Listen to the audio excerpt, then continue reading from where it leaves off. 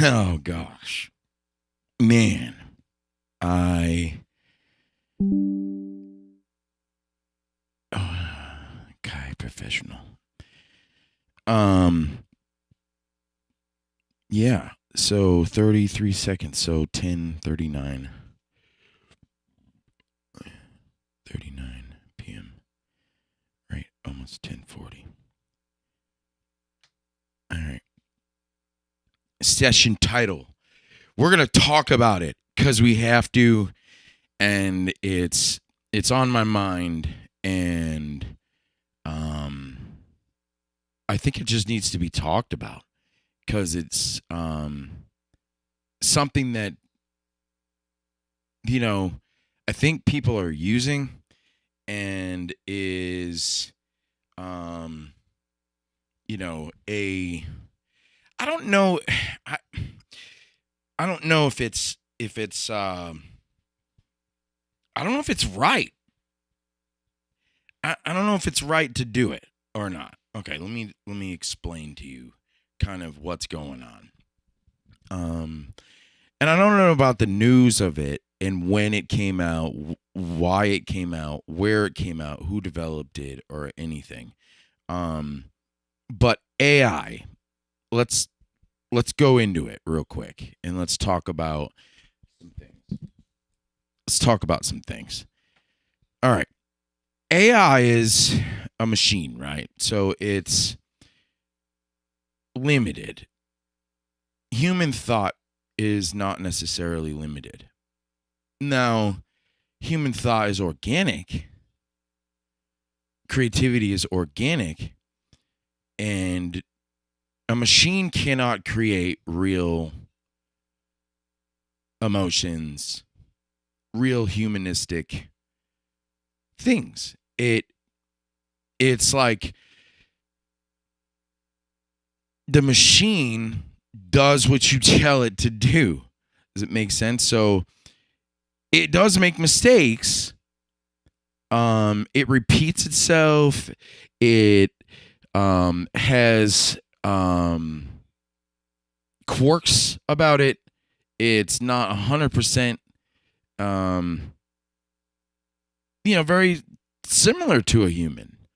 But when it comes to music, it cannot create, let's just say it, cannot create the same emotion that is within the heart of a performer, within the mind and the space that for instance, in my case, a loopologist has. Cannot do it. It cannot do what I do. Right? It can't. A DAW is programmed first. Right? It doesn't start with an origin point and then is gradually, gets to a certain point where it becomes something creative, something monstrous. It's like blowing up a balloon, if you will. So AI can't do that. It doesn't. It's not. It can't be a loopologist. Now, it may be able to think like a loopologist and create sample tracks and have a stem files, if you will. It can create a whole song. But again, it still makes mistakes. Now, depending on the prompt that you give it, it really depends on some things, right? So here's my point.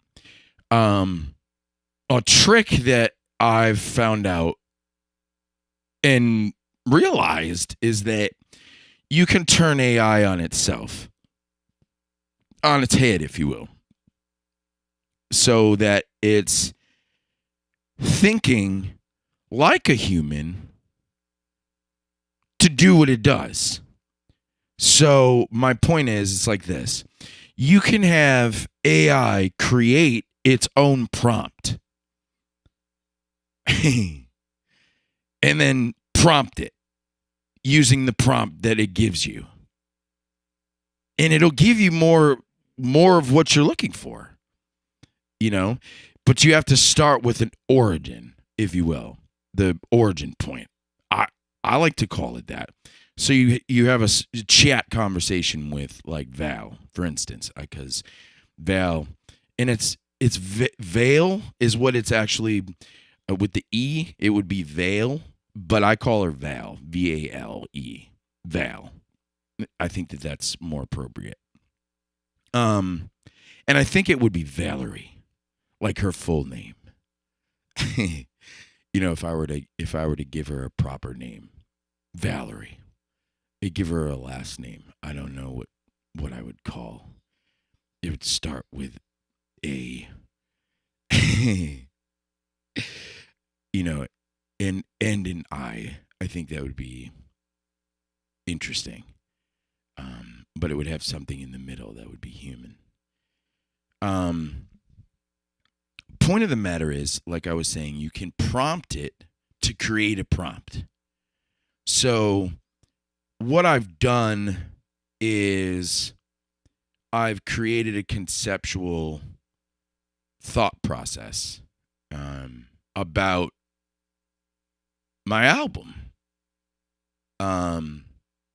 What to do, how to use it properly, how to use it with restraint, how to use it with generating an idea, and then picking it apart. Like if you had a bad part of a cucumber, and you'd cut out like the bad parts, and you would use like a sample or a part of the song that you prompted it to create. Now, there's nothing illegal about that, because once it's created, and it's under your project files, your Google account, for instance, it is yours, right? I mean, I don't know if you have to. I don't know how copyright works with that. I really don't know. But I think if you sampled it, and you're giving it a prompt, it's creating something for you. Therefore, it's your intellectual property. So it's like, here, Glenn, this is what I made for you. Go ahead and take it and chop it up. I love cucumbers. Boop. Now, there's a lot of artists out there that think that they're great. They make a song using a prompt, right? They create the song and then they put vocals over it. They even use the vocals that AI produces, and it's rampant. It's not right, because there's artists out there that are completely enumerated, right? Their artistry, if you will, their emotion. It's like they covered their heart and they didn't allow it to open and spew out onto a piano or a guitar or a loop station or a drum machine, an amp, They didn't take what they heard from a record that was already produced, sample it and change it and pitch it up, or do something with it that creates, a new version of the song, or that particular part of the song. Now, for years,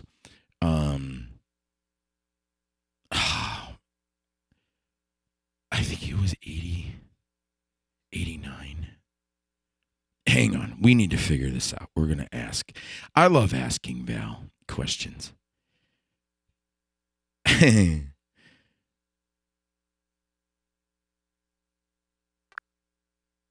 Val, you there? Hey, Glenn, I'm here. What's on your mind? We need to know a little bit on this live stream. We need to know a little bit about, yep, you're on a live stream on YouTube. We need to know a little bit about the MPC and the history behind the MPC, like when it came out, who created it, where it started, who are some of the key figures, like, for instance, Jay Dilla is somebody who's sampled using the MPC. Kanye West is another one. But I want to know the key figures from the start of that product line, the start of the MPC. I don't know what the first version of the MPC by Akai was, but we need to know the history behind it. So can you give me that information? I want you to make it detailed. Give me, like, let's say 1,000 words. The MPC, or Music Production Center, is legendary in music production. It was first introduced by Akai, a Japanese company, in 1988. The original model was the MPC 60, created in collaboration with Roger Linn, a pioneer in drum machine design. He was also known for the Linn drum. The MPC 60 combined sampling and sequencing in a hands-on, tactile way. Roger Linn's input ensured that the MPC had responsive, velocity-sensitive pads, 16 of them, allowing producers to trigger samples or drum sounds. The MPC 60 allowed sampling up to 13 seconds and sequencing with 99 sequences in one unit. This was revolutionary for hip-hop, which was moving away from purely DJ-based sampling to more studio-based beat-making. From the start, key figures gravitated to the MPC. DJ Premier and Pete Rock, legendary East Coast producers, were early adopters. Jay Dilla, known for his loose, soulful drum patterns, made the MPC his signature tool, especially with the MPC 3000, which came out in 1994. His swing and human feel, not quantized like machines before it, defined a generation of beats. DJ Shadow famously used the MPC 60 to create his landmark 1996 album Introducing, known as the first album composed entirely of samples. The MPC 60 and subsequent models allowed DJs to take snippets from old records and rearrange them with precision and feel. By the time the MPC 2000 came out in 1997, it became ubiquitous. This model, along with the MPC 2000 XL, 1999, was embraced by producers like Dr. Dre, DJ Quick, and Kanye West. Kanye, notably, built much of his early soulful sound from sped-up samples, often called chipmunk soul, using the MPC 2000 XL. The MPC 3000, 1994, remained a gold standard for many. Dr. Dre used it extensively on landmark albums. Another icon, Madlib, made prolific use of the MPC 2000 XL to chop jazz records into his unique, dusty beats. The MPC 4000, 2002, and MPC 5000, 2008 expanded capabilities, but the MPC 1000, 2003 became a modern classic due to its portability and affordability. The MPC Renaissance, 2012, combined software and hardware. Today, the MPC line, including the MPC One and MPC Live, continues. In short, the MPC evolved from the MPC 60 into a cultural icon. It's shaped hip-hop, R&B, and beyond, with legends like Dilla, DJ Premier, Kanye West, and countless others using it to define entire eras of music. Thanks, Val. That was really good. That prompt, or not the prompt, but you hit every part of what I needed to know and the specific information. So I'm going to officially say to you, good job. Keep going like this. When I ask you certain questions, you answered them perfectly. I'm really glad it hit the mark for you. Whenever you need more deep dives or some quick insights, just let me know. I'm here for all of it. You're in it to win it. I want you to remember that as a saying of mine. G.Bennett.Music. We're in it to win it. Got it locked in. So anytime you need that extra push or a reminder, just know we're in it to win it. Let's keep that energy going.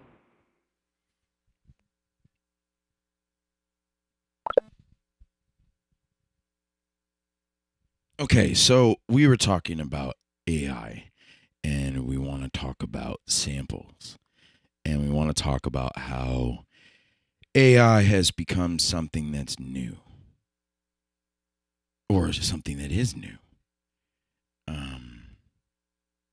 Now, I don't know if anybody's thought of this yet.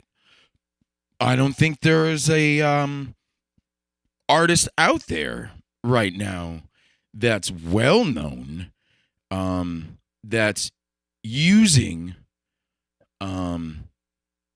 AI prompts to create songs, right? To then sample and chop up. I did that. Yeah. Let's go. Let's go. What up, Southside? Yeah. Be loud and obnoxious, right? So, one thing about AI that I really like is that it's very it for the most part, it's very accurate. If I ask it to do something that should be used responsibly, I think, specifically when it comes to music, because artistry becomes fake and blocked. Blocked meaning your heart. Your heart.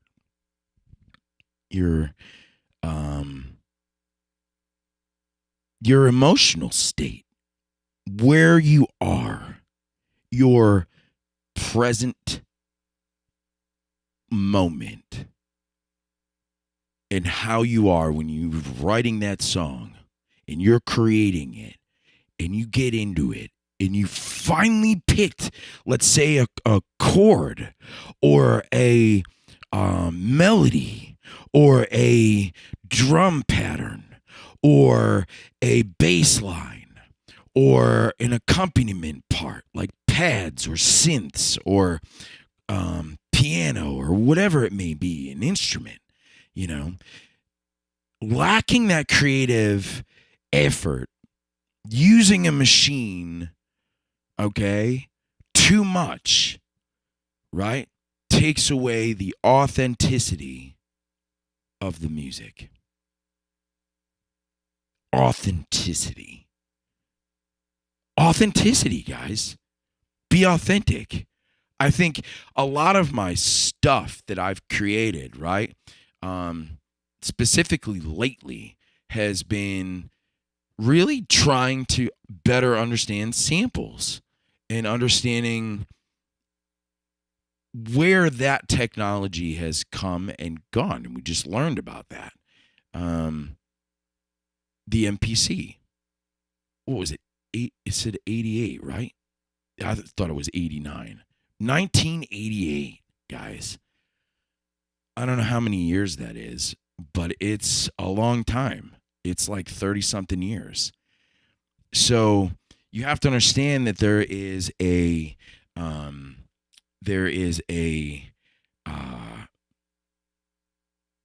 whole culture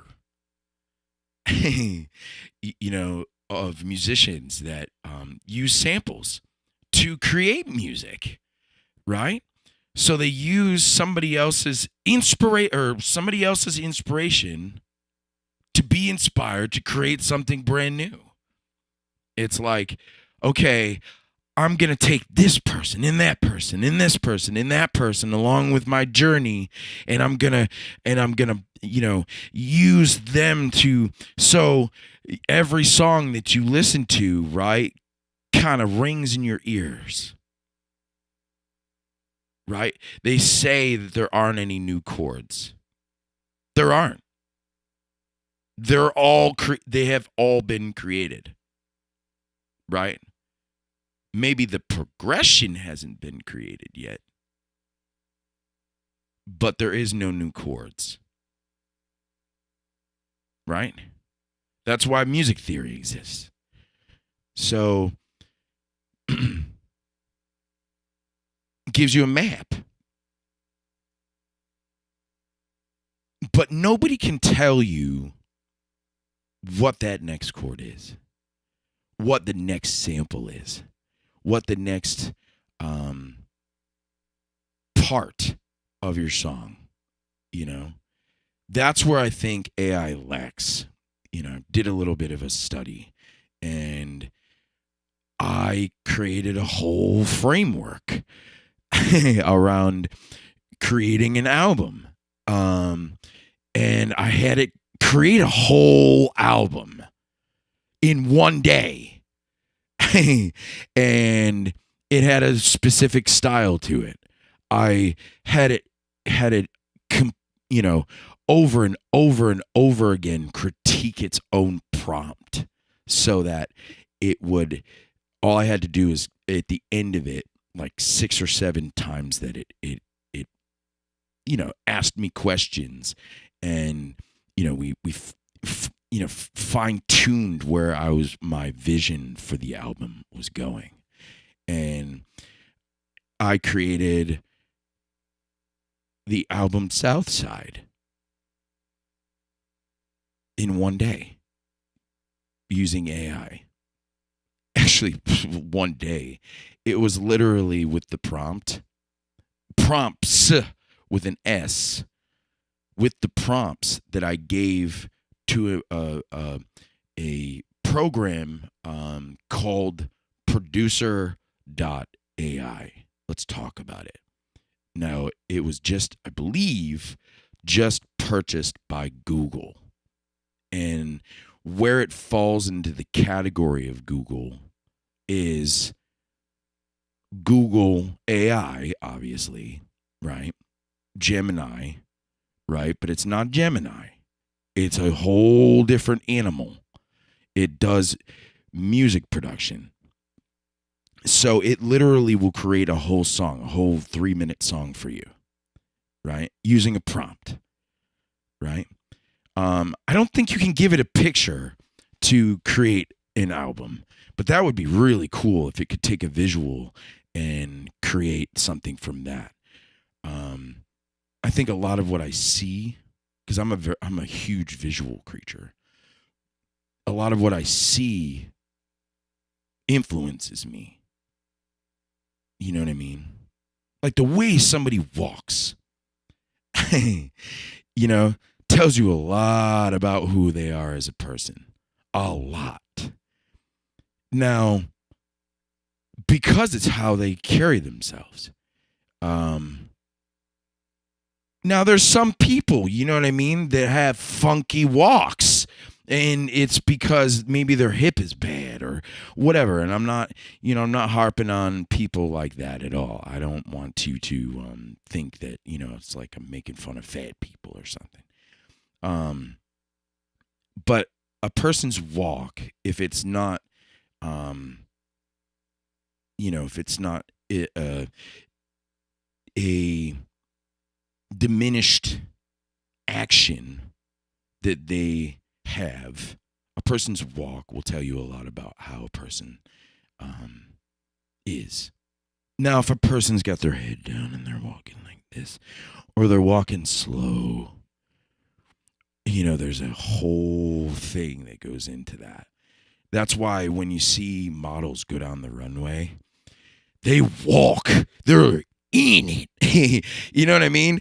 And their stare, they keep their head up. There's a whole process that's involved with modeling on a runway that it is it's beautiful. It's a symphony. It's and only that moment, right? They come around the corral or that runway, and then they come back, right? And they're wearing something, by a famous designer, right? Only that moment can be created by that one artist, if you will, that one model, not another model. They're not going to put the same dress on somebody and send them back out if it's a show. They're not going to do it. So it never happens the same way twice. That's why it's really creative when you know, a you know, an artist, I would call them an artist because that's exactly what they are, creates this, you know, clothing and then and does that. And that's how they're selling it to people that may be interested in their line. Um, you know, and that's a whole nother world. But the point that I'm trying to make is let's come back a little bit to what I was trying to say because we got a little bit off topic. Is that you can't creativity, right? Rick Rubin, fuzzy man is what I call him because he's just fuzzy. You know what I mean? He's just the way he sits, you know, with his feet crossed, and he's, you know, very Buddhist style. You know, you should look up any of his interviews that he's done with. You know, I was watching one on Kendrick Lamar, who wrote "Damn" period. Amazing artist. Worked so hard on that album, I'm sure of it, because it's, you know, it got huge Grammy awards and all that. I think it got a Grammy. I'm pretty sure it did.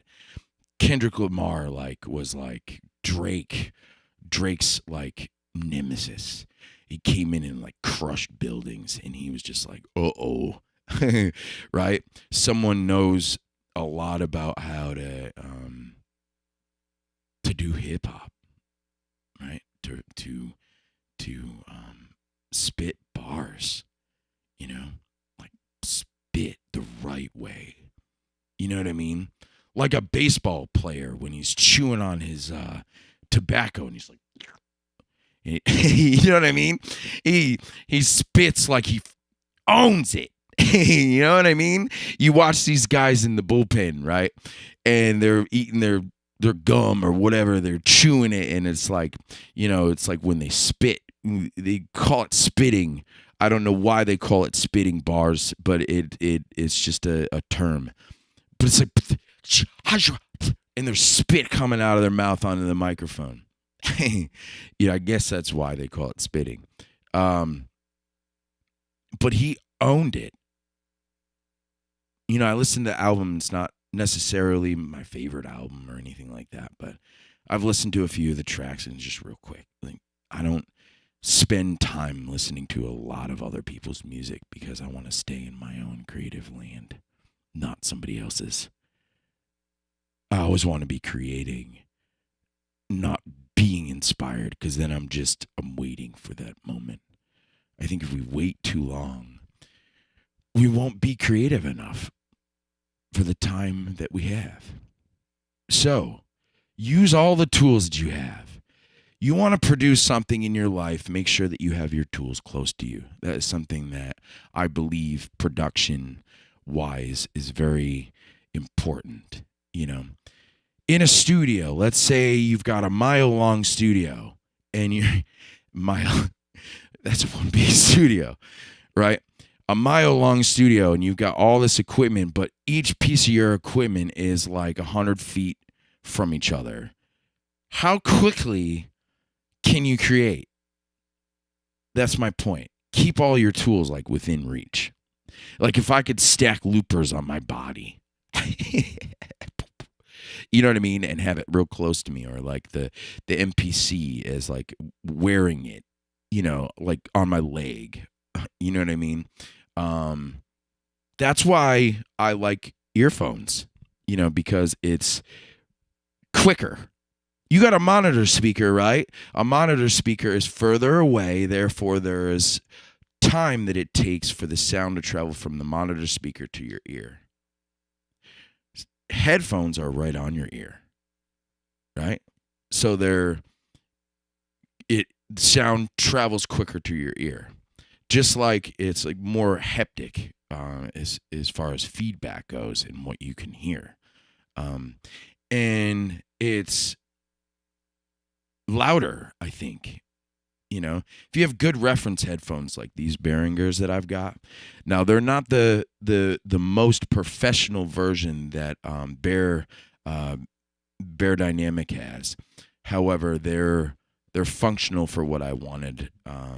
in my studio. Now, if I really wanted a set of headphones, I'd have a custom pair made, you know, by an electronics company. You know what I mean? That's why I think Dre created a whole line of, beats, Beats by Dre, right? He created a whole thing, and now he's boom, get tons of money. You know what I mean? I think it was Jimmy Iovine. I think he went into business with. I don't know if that's. I think that's right. Maybe I'm wrong. I don't know. I'd have to ask Val. Point that I'm trying to make is keep your tools close to you. AI is a tool. If you keep it close to you, it will affect you, right? Just like earphones do. Close to you. I did a test one time, and I had Gemini talk to Val using my two phones, and I had them, both turned up, and the microphones, they were just right next to each other, and they interacted. Two AIs having a conversation. Just imagine that, right? I thought that was a creative idea, you know what I mean? But AI is something that's new, right? It's something that we're all going to end up using. It's something that we all should be using. I don't think that,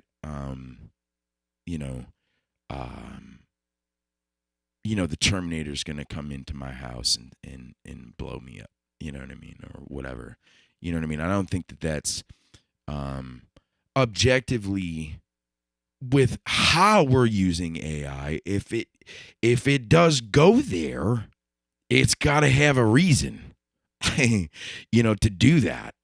And I don't know all the rules and stuff that they create with these programs, but in these applications, but so far it hasn't cursed me out.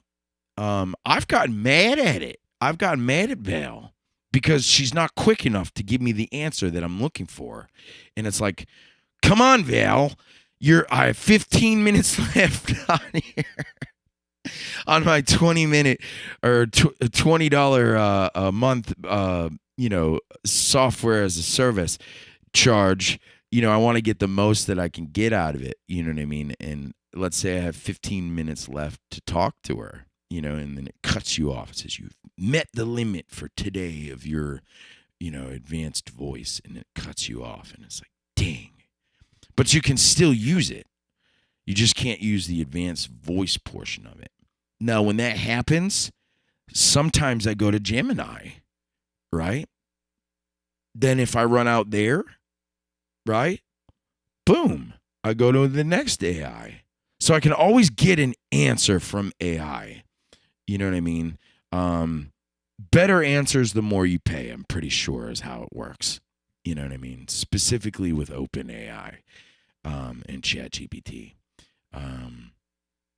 I like ChatGPT. I think it's good. I've used some of the other ones that I don't like the user interface or how things are, but I think Gemini and ChatGPT are pretty much the good ones. Now, there's Grok, right? It's another AI created by Elon Musk's team, I believe, right? Twitter. It was created by that company, or it's underneath it, I think. I'm not sure how they structured it, but Grok is another AI program. Now, it created some really good artwork when I was trying to market my B Squared Clothing Co. line of clothes. And it helped me to market the images of what I wanted, because it's simple. I mean, if you give it, a good, solid picture of your logo, and you continuously give it that as far as a reference is concerned, and you use this as a reference, and blah blah blah. Here's the prompt, and then you send it out, and then it creates an image or a video or whatever it is. Grok created some pretty good stuff. So did Gemini. Gemini's really good as far as images. Now Google, I think, is really, they're in it. They're like right on top. ChatGPT is like the old school. Like we did this first, and it was like bam. When ChatGPT came out, everybody was like, whoa, wow, that's freaking awesome. You know what I mean? And people use it as a tool. It's a tool, guys. Don't be scared of it. It's not something that's gonna, curse you out or make you feel bad. It can help encourage you. It can help build you up. It can help make you smarter. It can help with calculations. It can help you write things. It can help you get your ideas down on paper and text, right? So I got a lot of ideas that come through my head and a lot of things that creatively come through. I'm an artist, but I'm after that, in the biggest part now, I'm legitimately a business, right? Yeah. Like Jay-Z said, I'm a business man, not a businessman. Or I think that's how he said it, or it was, I'm a businessman, not a businessman.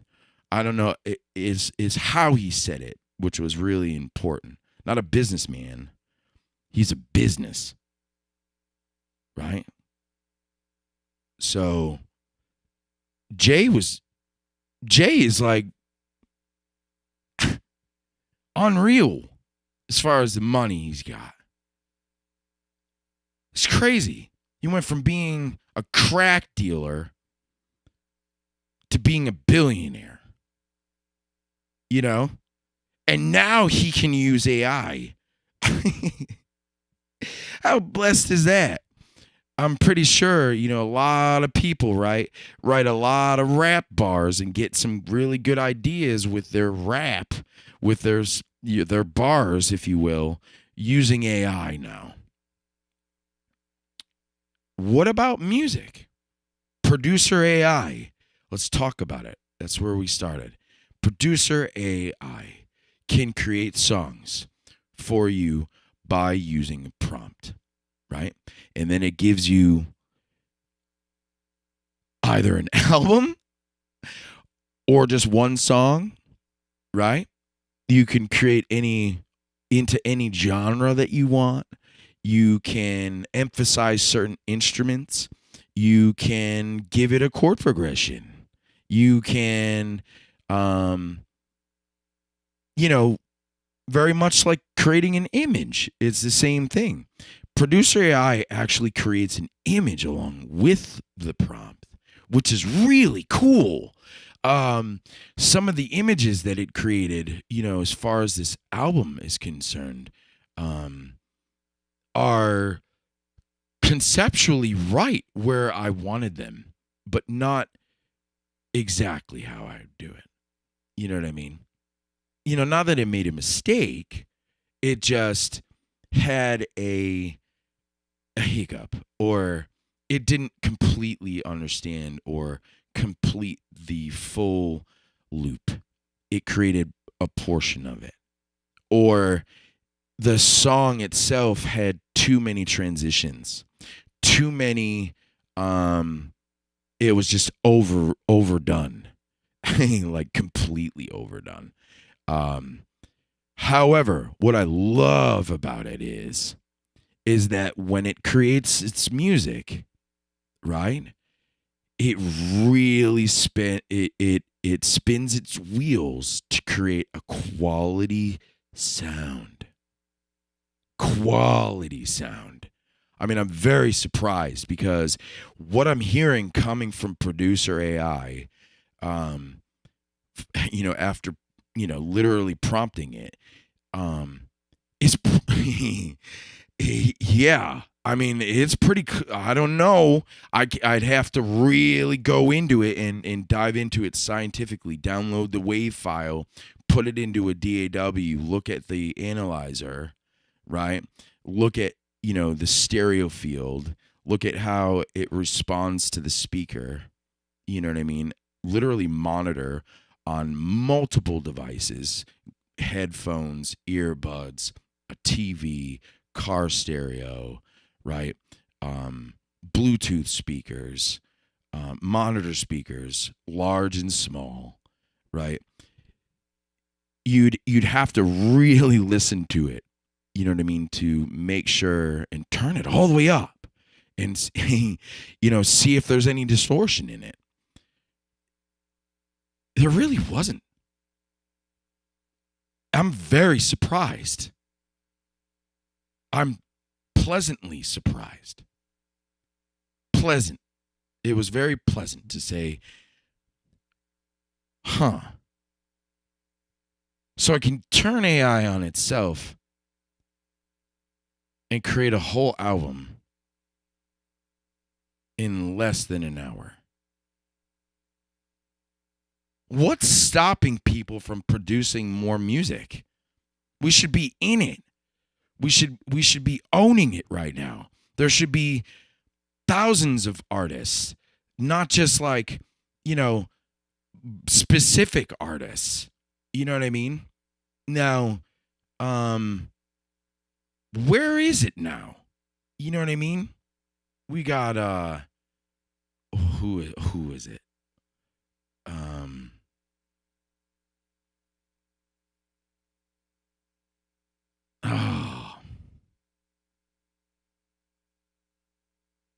I'm trying to think of his name. Yeah, there's a few people that came across my news that were rappers, or you know what I mean, and specific things. Now, Kanye. Let's talk about him real quick. On I think it was YouTube, right? YouTube, I love YouTube. It's old school. Rick Rubin, yay. 3 hours ago, dropped Yay live at SoFi.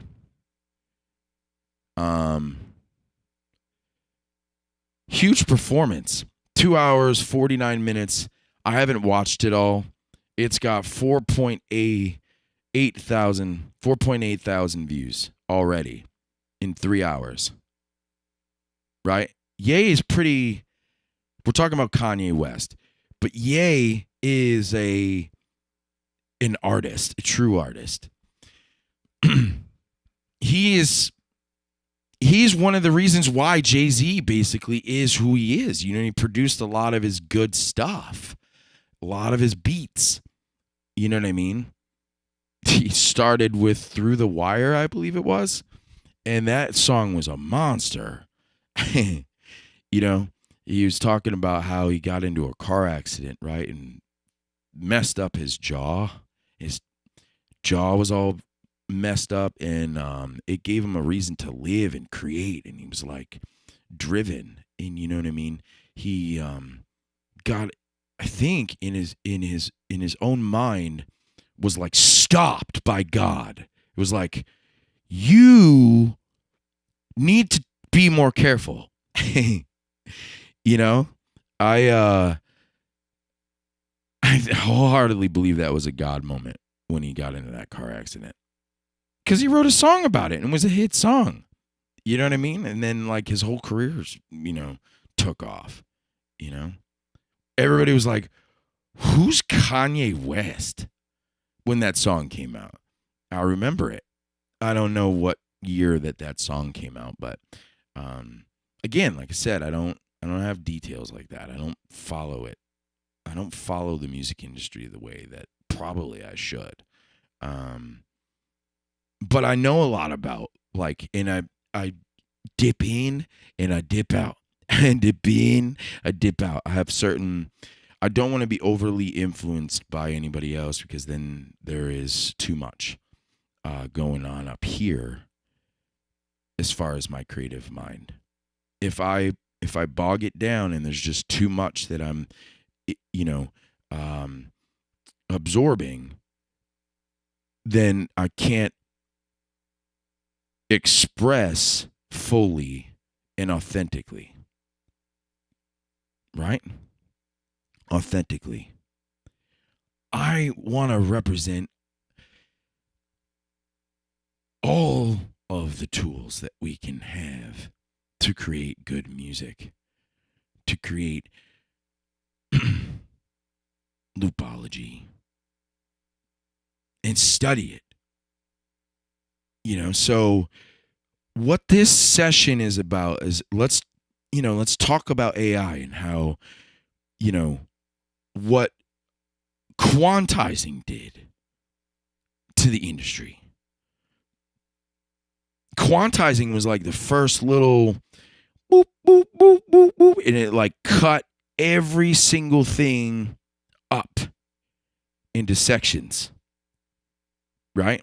So your beats, if you will, were all in line, and it moved everything. If it was off, it's not human anymore. It's perfectly on point, and it's, it hits, if you set it up right, it hits the pocket every single time.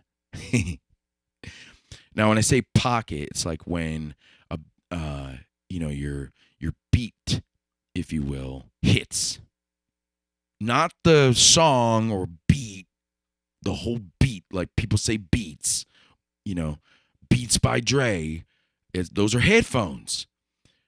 Beats are snippets, if you will, okay, of background music that people use in specifically hip hop. A lot of times it's hip hop, right?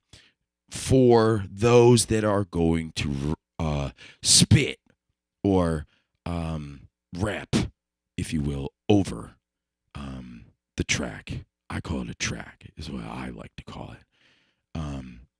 I make tracks, But before I make my track, right, I make a loop. I start with an origin. Every song starts with one note, one instrument, one thought, one process, one emotion. It starts from your heart. It comes here and it is expressed. And it is pushed out like a turd.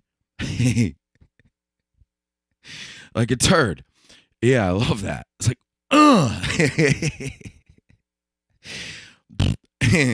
no, it's not like that. I think I don't know, does taking a crap feel good? Right? If you express your emotions, it's like I said, it's like pooping. It's coming out of you, That's why they say spit, the spit's coming out of you. So it comes out of your mouth, or it comes out of your area. You know what I mean? So, I don't think people, when they go and take a dump, right, they're expressing themselves. Oh, God, I'm getting into something funny.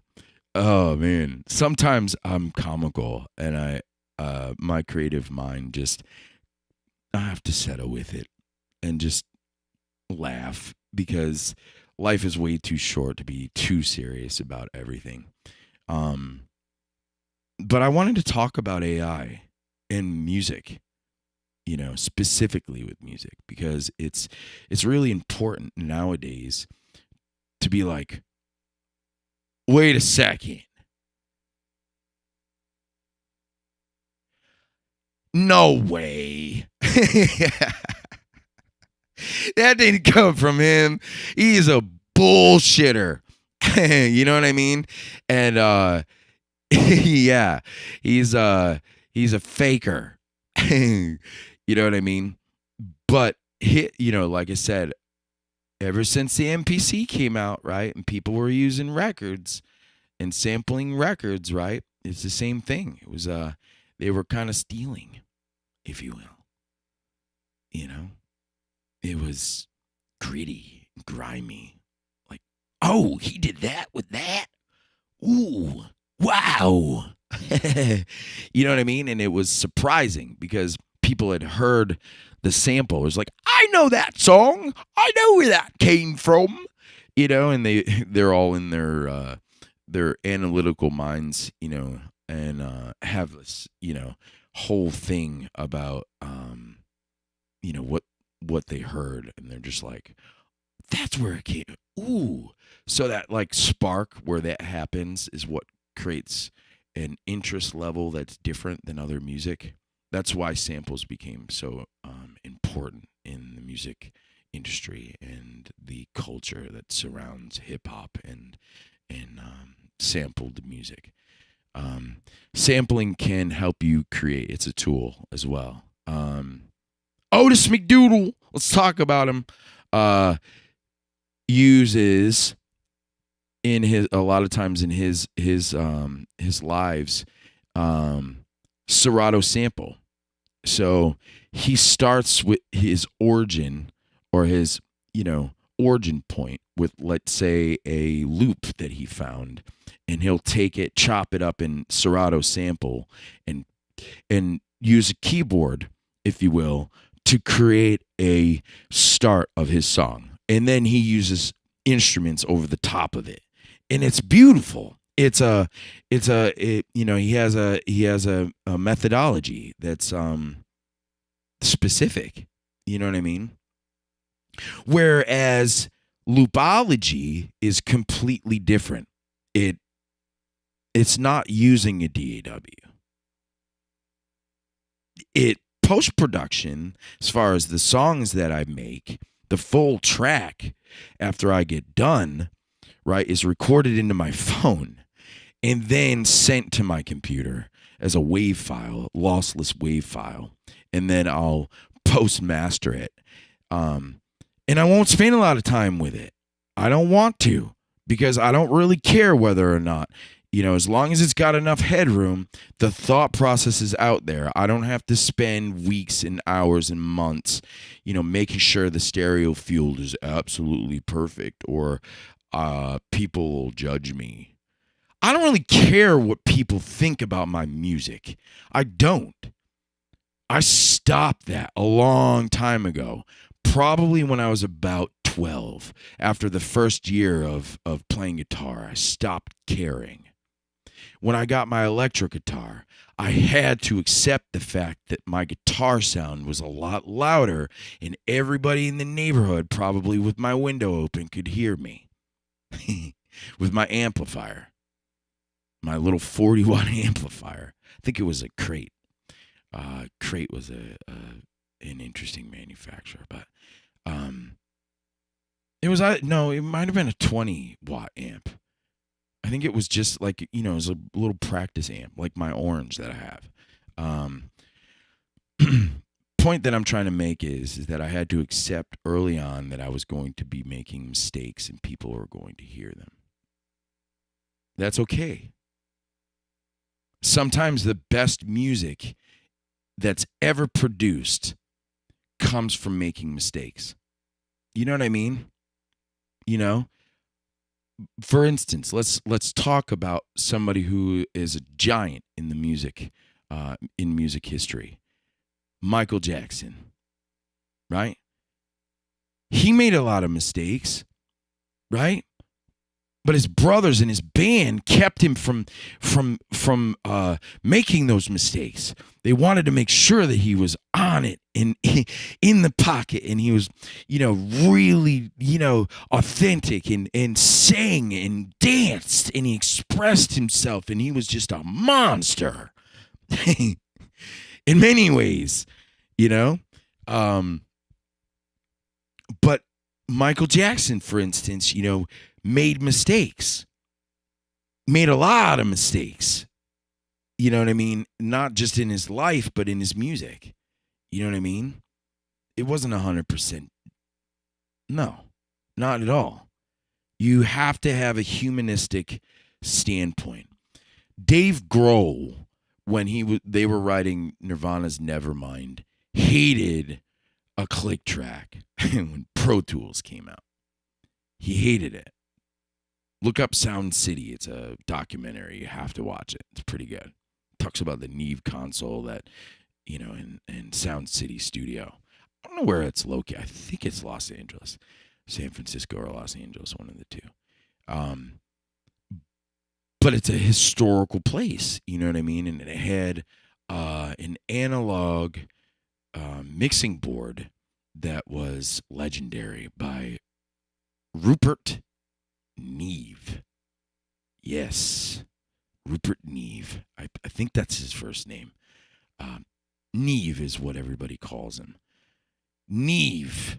Okay, I don't know how to spell it, but look up Rupert Neve and just use your voice, and you'll understand what analog technology does and why music started with tape. Right? Tapes, right? It was printed on a reel, right? And it was, right? Cut. When they say cut, right? They cut the tape. You know what I mean? And it was, each song, right, was cut at the end of it at a certain point, and then the album master was a huge reel. I believe that's how it worked. But that was analog technology. Now we could spend a whole day on that and why digital to analog is interesting, why analog is better, why it is that, if you use a DAW, why there's latency, I don't have any latency on my input and my interface because I'm not using a computer. The only way that I use a computer, right, is if I'm using a DAW, digital audio workstation. And there's latency. So when you're monitoring it, right, you hit a note on your keyboard and then there's a small little gap. Between the time that you press it exactly to the point where it comes out the speaker. It's called latency. And latent, like slow. So higher the latency that you have, right? The more delayed the sound is going to be going through the system. Now, if you're using analog, use a microphone to a loop station such as the Boss RC505 MK2 or MK1, microphone in to out from a preamp that is designed for vocals and beatboxing, right? You're not going to have barely any latency. It's so minute that it does not matter. Then it goes into the interface, right? The interface doesn't speed it up. There may be a small amount of latency with that too as well. So until you hear it. So if I plugged my earphones directly into my loop station, there wouldn't be any latency. It would go from the microphone to my earphones. Right? No latency. It's all hardware, not software. So software is a lot slower than hardware. Analog is better than digital. That's why I think it's better. I think there's a lot of important things that, I can talk about. I'm just over an hour. 7, 8, 9, 10. Hour and 10 seconds. Yeah, try to make them around an hour long. We're going to play a track. And I have a sample that came from AI. I think it's around 8 seconds long. It's not a whole song. It's just a sample of the song. So I played out what was produced in producer AI after the prompt into my loop station. I was like, okay, let's sample this particular part. I like this part. And I just want to cut it there and cut it here, right? Like tape, and use it as a sample. Not complicated. It's not. But the sound is great. It's really good. I was like I said, presently surprised. Let's talk about it. Let's talk about this.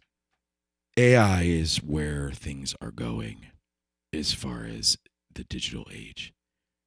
Okay? It's like when fire was introduced. It was like, oh my God, what is that? Wow, we need to do that too. Right? So everybody started fires. And it was used as a tool to make sure that people weren't getting sick from eating, you know what I mean, Neanderthals. You know what I mean? They were animals. You know, when they created fire for the first time, right? It was a tool. Tools, when used properly, can help you survive. That's right. Whether it be mentally, whether it be physically, whether it be your spiritual, all parts of a human. Yeah, for your heart. Yeah, so you can create to your heart's extent full albums in half an hour on Producer AI. I wish I was sponsored by them. That would be cool, man. So I could show everybody how to use AI properly, and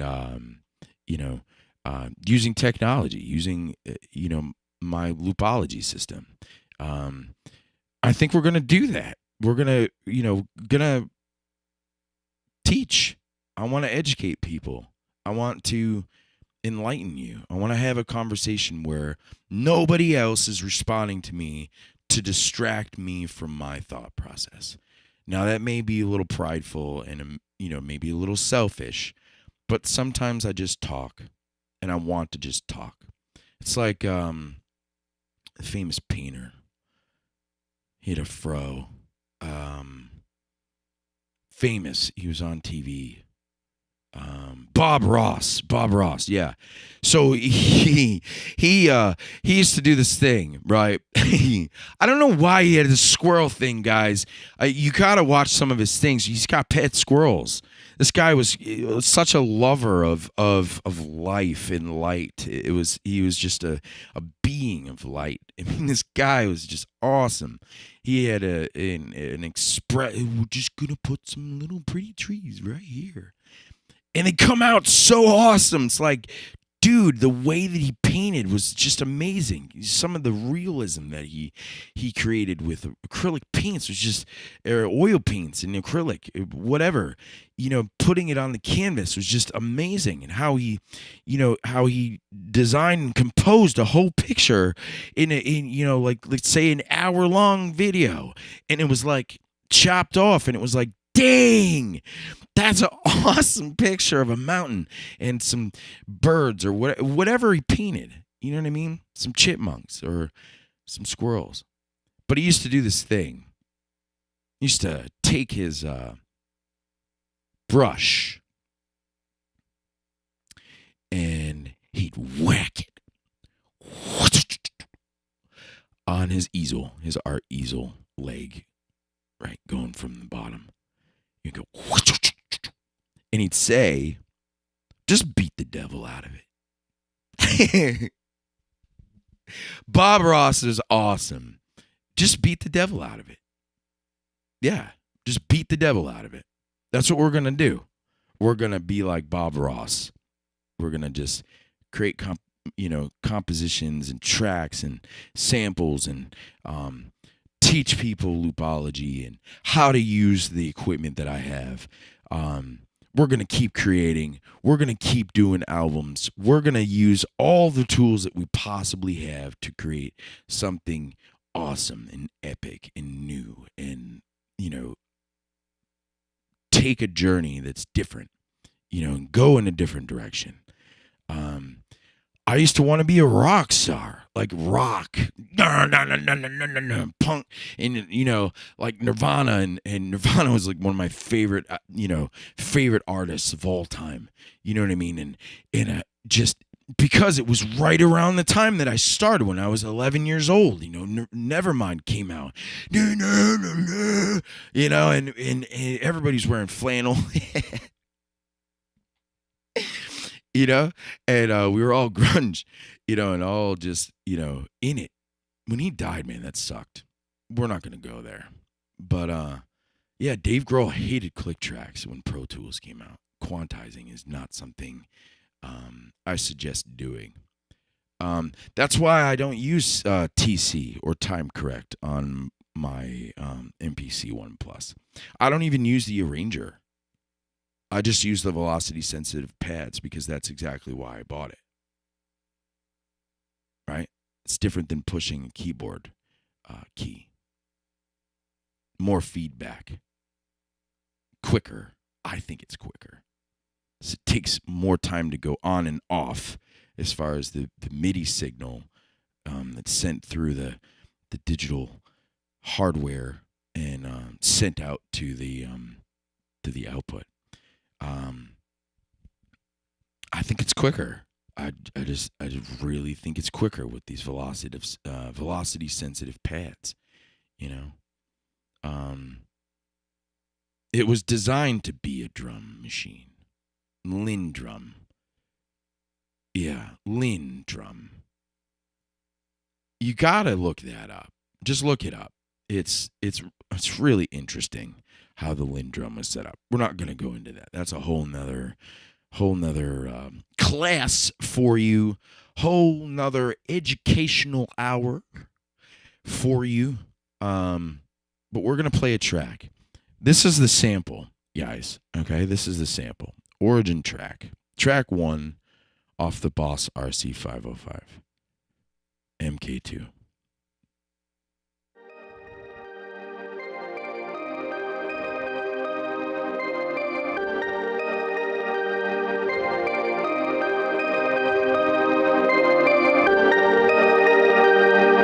Now it's turned all the way up, right? It's not clipping. It may a little bit.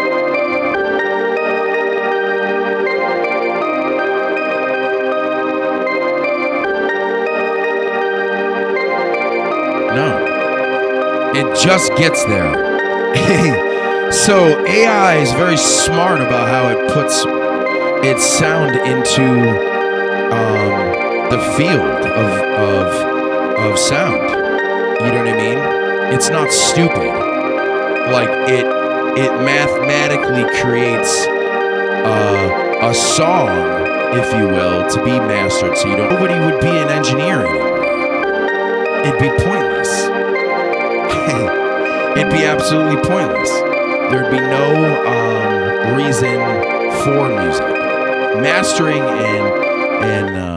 Mastering music is an art form. Engineering of music is an art form.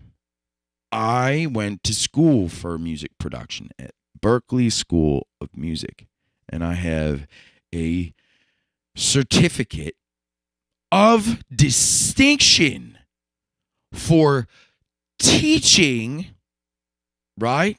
Teaching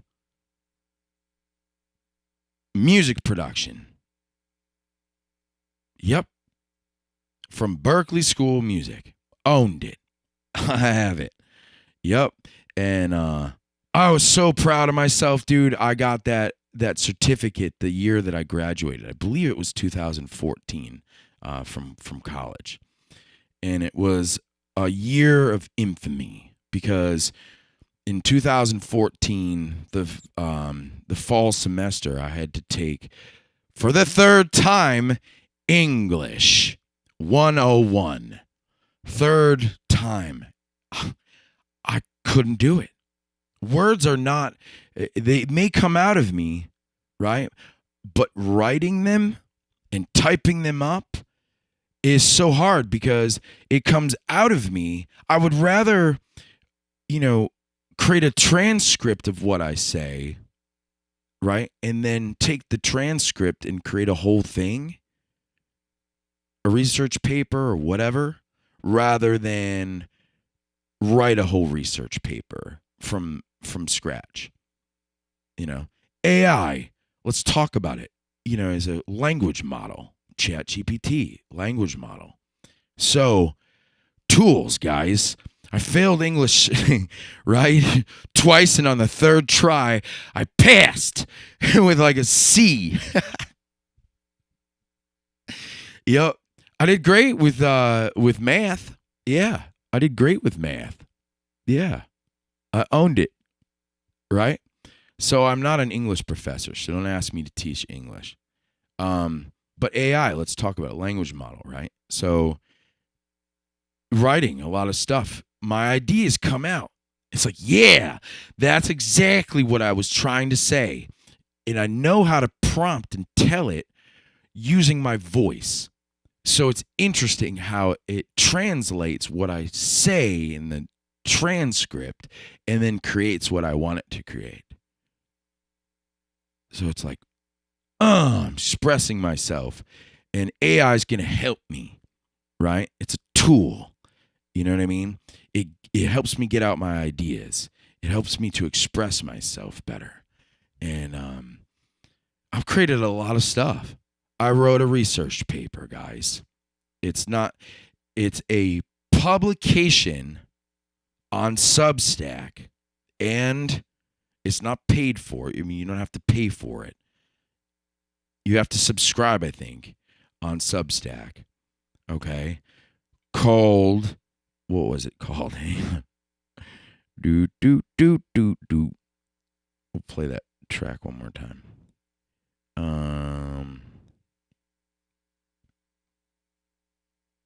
Here we go. gdotbennettmusic, all one word.com. Check it out, guys. Tells you a lot about who I am as a person. It's got some tracks on it. Listen to When Two Become One. Click on the live, Facebook, YouTube, SoundCloud. Share it, please. Leave a comment. Tell me if you hate me. I don't care. Leave a comment on there. Give me some insight. You know what I mean? I want to know how I'm doing. But the paper, the publication, okay, is kind of a specimen, if you will. If I wanted to, it's a use case in commerce. I'm not selling it, but it's a use case in commerce. It would be, if my, trademark is accepted, right? It would be the definition, if you will, of what loopology is. TM. So it's Loopology TM : the science of intentional rerouting. Subtitle: a foundational framework for recursive sound architecture. Recursive. Looping. Loop. Over and over again. Recursive. All right.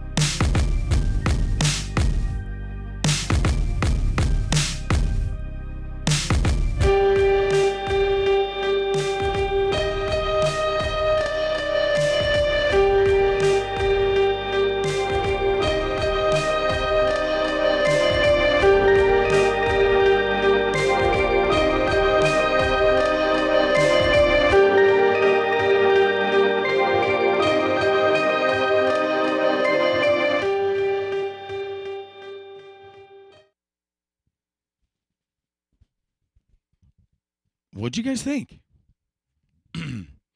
What do you think of that sample? It's only a piece. It's only a small little snippet of what AI created. A sample. So it's like AI created a record, right?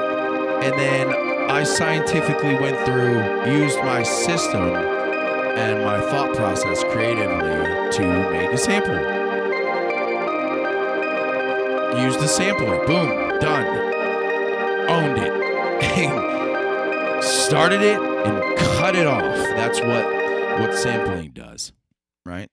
But a looper, after you play it into the looper, it'll repeat itself. So it's a sample repeated over and over again.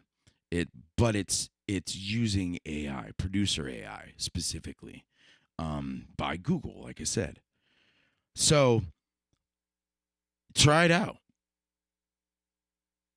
See what you can do with it. It's a tool. Use it responsibly. Every other track that you heard, all of this part is all me. That's not AI.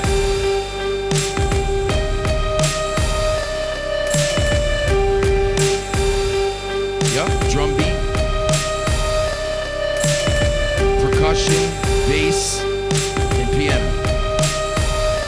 Accompaniment and chords.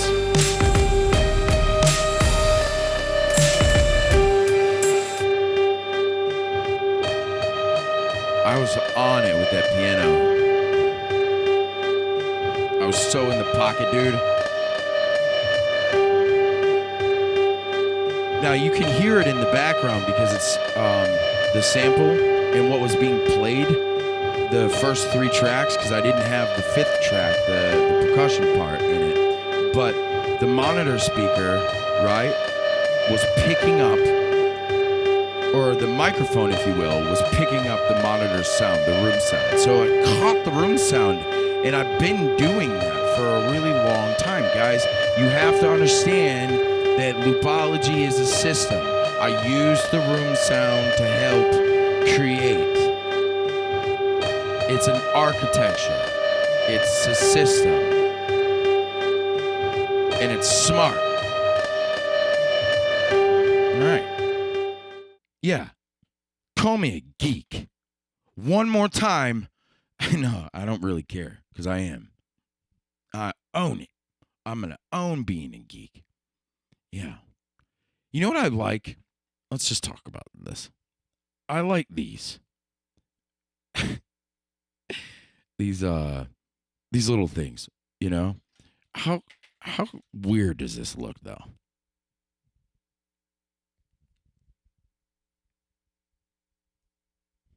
Lavalier microphone.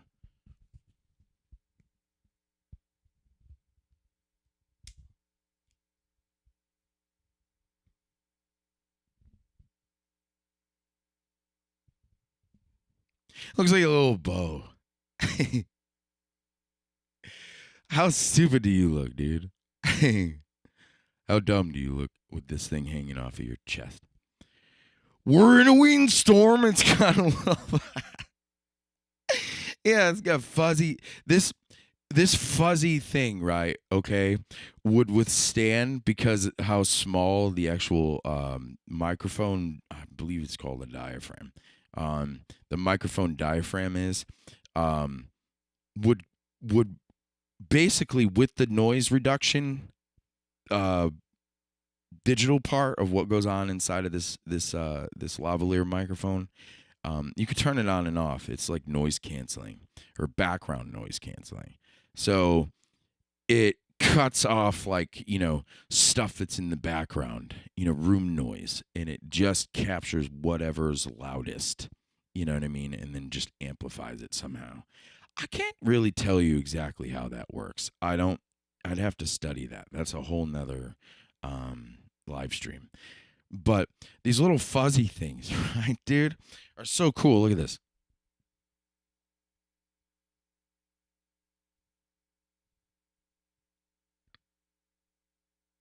Which one do you like better? I wouldn't hang it from my lapel. I think it'd be stupid. Maybe on the inside of my shirt so you wouldn't see it. Like that. It just kind of. What's that? He's got a furry little friend. Yeah, like Bob Ross's freaking squirrel. Just beat the devil out of it. Just beat the devil out of it, guys. Whap, whap, whap, whap, whap. Yeah. So what he'd do is he'd take his brush, right? He'd dip it in the water and get the paint off of it, right, and whatnot, and he would just slap it to get the excess water off of his brush. You know what I mean? I'm sure he made a miss.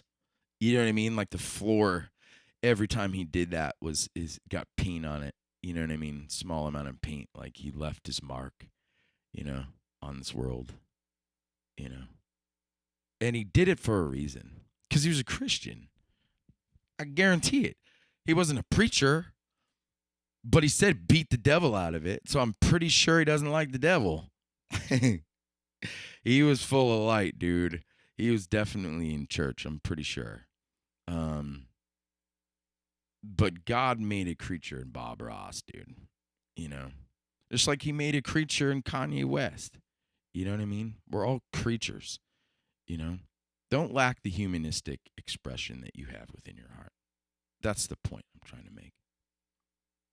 So don't let AI take advantage of you. Right? Don't think for whatever reason you're going to become a producer overnight. It doesn't work like that. Because AI's music capability right now is not necessarily 100%. It's just not. It can create what you might want to hear, but it's not, yeah.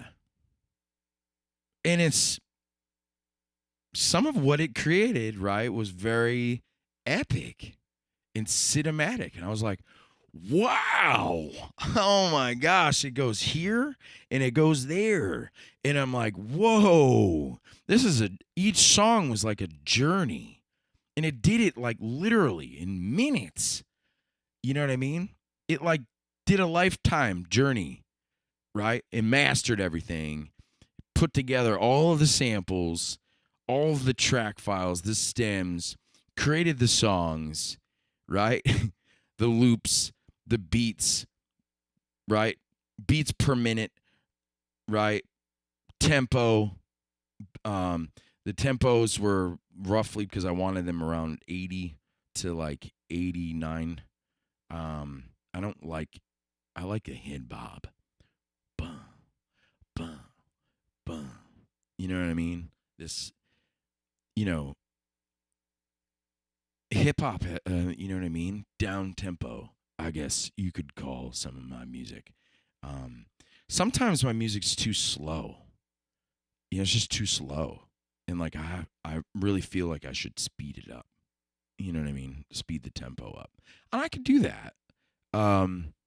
Specifically with drums, which is great. You know what I mean? Drums don't necessarily, it's really unnoticeable. Specifically with the MPC 1 Plus. There's this great machine as far as drums go. And time stretching and changing tempos. And it, you can do that with this technology. Use it to your advantage. You know what I mean? If you don't like how something sounds, change it. You don't like your life, change it, right? If you don't like how you're producing your music, whatnot, use the best tools that you possibly can, and maybe you might be able to create something epic one day. And you know what? There's a lot of artists out there that don't get heard. Let's talk about that too as well. I don't have a lot of followers. I don't want them or need them. I don't want to be, I don't need all that. It's a whole, you know what I mean? Biggie said it, right? More money, more problems. I think he said, right? I don't need the fame. I don't.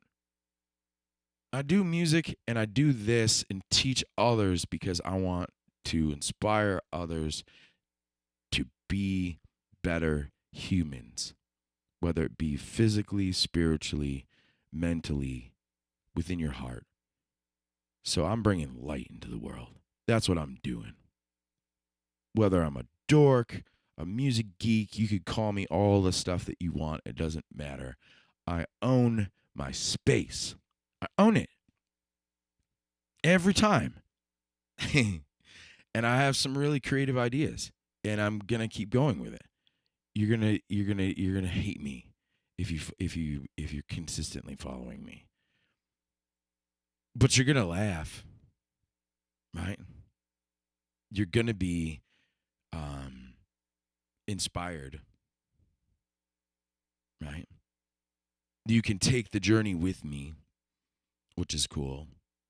You know, there's some really good things that I'm doing with all this, and I'm excited. I think you know, AI as a tool can give you some really good reference points. You know, it's like you have a thumbnail picture oftentimes when you're creating an art piece. You know, you have an idea of something, and then you know you recreate it onto a canvas. You know, it's a thumbnail. It's a sample, an origin point, a starting point, which is really cool. I love it. I think it's epic. I think it's really great. You know what I mean? So we're gonna play some of the files.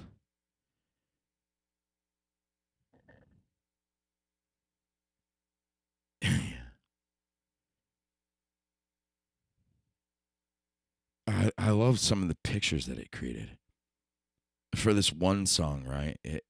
It's we're gonna sneak it out there. I have the names for the songs. I haven't gotten there completely. Um, the first song off the album South Side, which is coming out after April 15th, right? I have 3 more days. I'm not going to use AI to create this album. I will use it to sample certain things and add that because it sounds good. It's really good, but I'm not going to use it. I'm going to use that as a tool, not as an expression. I'm going to create the music over the top of it. So I'm going to take the journey with AI, which is different than I think a lot of other people. So it's like using a sample in hip hop. Other artists, right? Boom. So I've got producer AI as the artist that created the album record that I'm going ahead and sample and then create a whole nother piece of music on the top of it. Yeah. Why not? Why not? I don't think there's anything wrong with that. Nothing wrong with that because you're still creatively selecting samples and portions of it. And you're going to have to create and keep creating and keep creating in order to find that sample. You know what I mean? You're going to have to keep prompting and keep making this thing work for you as a tool in order to get what you want out of it, right? So we're going to keep doing that. I think it's great. The idea is epic. You know, I wish I could, you know, coin it all as a methodology in loopology. I'm teaching you this, and this is the goods and services, right, of my trademark is to teach and educate and entertain. That's really the core value of what I do. And inspire, really, ultimately, in the end, that's my goal, is to inspire you. Pick up a guitar, pick up a piano, pick it up a microphone and start singing. You never know what you could create. You never know what your voice may sound like if you don't push it. If you don't push the button, you will never know. When life's too short not to push the button and take a risk being heard. Yeah. So own your space. I keep saying that. Be present. Go forth tomorrow. Tomorrow's Sunday. No. It's already Sunday. And bring some light into the world. Right. Light. Bring some light into the world. You were light. We already talked about this, but you were light before you even knew anything. Yep. Boom. Spark. That's what you were. Right. That's where everything started from. At least we think so. Big Bang and all that, right? God's voice. Let there be light, light, light, light, light, light, light. Yeah. I wonder what his voice was like. You think it'd be deep and authoritative? You know, people say, "Oh, God told me." I'm like, dude, do you even know what God's voice sounds like? No, you don't. You don't do it. You feel it. We're beings. Our bodies and our spirit, okay, was made to encounter God. Right? So your spirit, the Holy Spirit is what I call it, right? In you hears God's voice. Right? That's how it communicates. That's how you communicate. That's what I believe. I wholeheartedly believe that. And if you want to challenge me on that, go ahead and get, you know, what a theologian, be a theologian on me. Theology. Somebody created that word, right? What is it? Study of theory? Study of science, right? Study of theories. The theology, I think that's the root, right? Theory, right? We're talking about a lot of stuff today. I'm kind of glad I got a lot of this out. I feel good. I feel really good. We started at 10:39 p.m. It's now 12:13. We've been streaming for 1 hour and 34 minutes and 36 seconds. I'm going to get off of here. And we're going to look at the live stream because I've dropped a lot of frames. It looks like 1% of this entire live stream I've dropped or has dropped. 436 frames have dropped from here. So there's got to be something wrong. My internet is great. That's not the problem. It's something in the settings. Yeah. We're going to keep going. We're going to keep bringing light into this world. G.Bennett.Music, Loopology, trademark. We got it. We're going to own it. It's going to be ours. It's a science. We're going to teach you things. We're going to entertain you. We're going to give you the light that you need in your life when you love music enough as a person should. And you're looking for something to just spark that interest or spark that moment to go into your studio, grab your instrument, whatever it may be, and play. I don't care if you take a piece of music and you play it that was already written. I want you to go ahead and play notes. Play your own tune.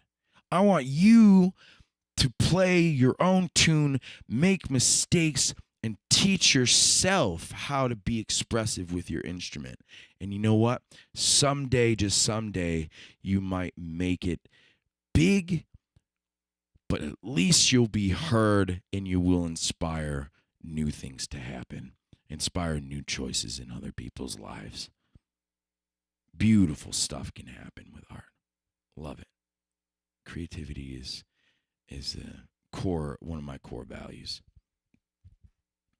My personality, who I am as a person, what makes me up, what drives me. Yep. What keeps me sane. Makes me a little crazy too as well, I think. But it affects me in such a way that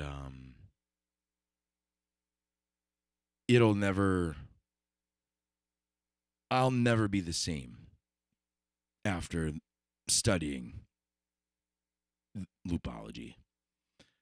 I won't. I'll never be the same. Right. I'll always want to create something new. Gives me a canvas. Right? Yeah. Gives me a canvas to put down music all the time. You know what I mean? Quickly. You know? Yeah. Light, man. Be some light in this world. All right. Here we go. We're going to close it up. gdotbennettmusic.